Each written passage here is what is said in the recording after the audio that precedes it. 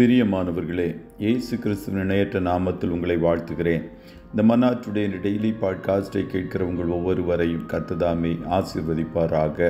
1 பேதுரு 5வது அதிகாரம் 6வது வசனம் இப்படியாய் கூறுகிறது: ஆகையால் ஏற்ற காலத்திலே தேவன் உங்களை உயர்த்தும்படிக்கு அவருடைய பலத்த கைக்குள் அடங்கியிருங்கள் என்பதாக. ஏற்ற காலத்திலே உயர்த்துகிற தேவன், God may lift you up in due time என்ற தலைப்பின் கீழ் இன்றைய மன்னாவை தியானிக்கப் போகிறோம். கர்த்தர் ஒவ்வொன்றிற்கும் ஒரு காலத்தையும் சமயத்தையும் வைத்திருக்கிறார். அவருடைய வேளையில் அவருடைய பிள்ளைகளுடைய வாழ்க்கையில் நன்மையானதை செய்வார். அவரை துரிதப்படுத்தவும் முடியாது, காலதாமதப்படுத்தவும் முடியாது. ஆகையால் அவர் உங்களை உயர்த்தும் வேளை வரைக்கும் அவருடைய பலத்த கரத்துக்குள் அடங்கியிருங்கள். துரிதமான உலகத்தில் வாழ்ந்து கொண்டிருக்கிறோம். எல்லாம் துரிதமாய் கிடைக்க வேண்டும் என்று விரும்புகிறோம். ஆகையால் வாழ்க்கையில் உயருவதற்கு குறுக்கு வழிகளை பின்பற்றுகிறோம். அவைகளால் வரும் நன்மைகள் நிலைத்து நிற்பதில்லை.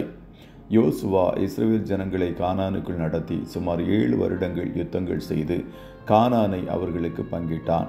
தேசத்தை வேவு பார்க்க கர்த்தரின் தாசனாகிய மோசே என்னை காதேஷ் பர்னேயாவிலிருந்து அனுப்புகிற போது எனக்கு 40 வயதாயிருந்தது.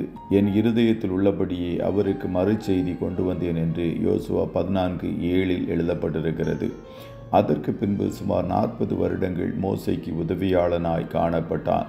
கர்த்தர் அவனை உயர்த்துகிற நாள் மட்டும் கர்த்தருடைய கரத்திற்குள் அடங்கியிருந்தான்.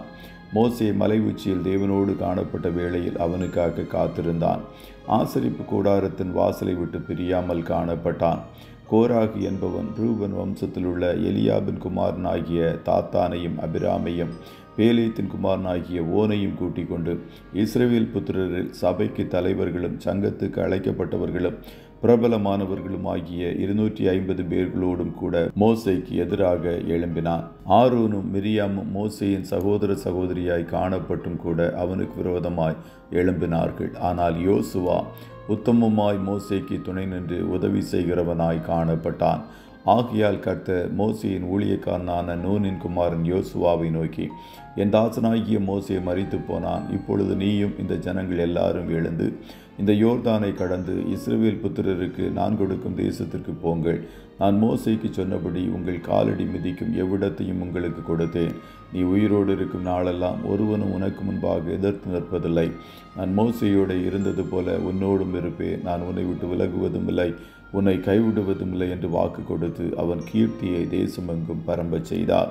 மோசேயின் குமார்களாகிய கெர்சோம், எலியேசர் என்பவர்களுக்கு கிடைக்காத உயர்வை கர்த்தர் யோசுவாவுக்கு கொடுத்தார். சாராயின் அடிமை பெண்ணாகிய ஆகார் தன் நாச்சியாராகிய சாராயை விட்டு ஓடிப்போன வேளையில் கர்த்தருடைய தூதன் அவளை நோக்கி, நீ உன் நாச்சியார் அண்டைக்கு திரும்பி போய் அவள் கையின் கீழ் அடங்கியிரு என்றார். அவள் திரும்பி சென்று அடங்கியிருந்ததினால் கர்த்தர் அவள் சந்ததியை மிகவும் பெருக பண்ணி எண்ணி முடியாததாய் காணப்படும்படிக்கு ஆசீர்வதித்து உயர்த்தினார். கர்த்தருடைய பிள்ளைகளே, கர்த்தர் உங்களை ஏற்ற காலத்தில் உயர்த்துவார். அந்த நாட்கள் துரிதமாய் வருகிறது. அதுவரைக்கும் அவருடைய பலத்த கரத்திற்குள் நீங்கள் அடங்கியிருங்கள். கர்த்தர் உங்கள் ஒவ்வொருவரையும் ஆசீர்வதிப்பாராக.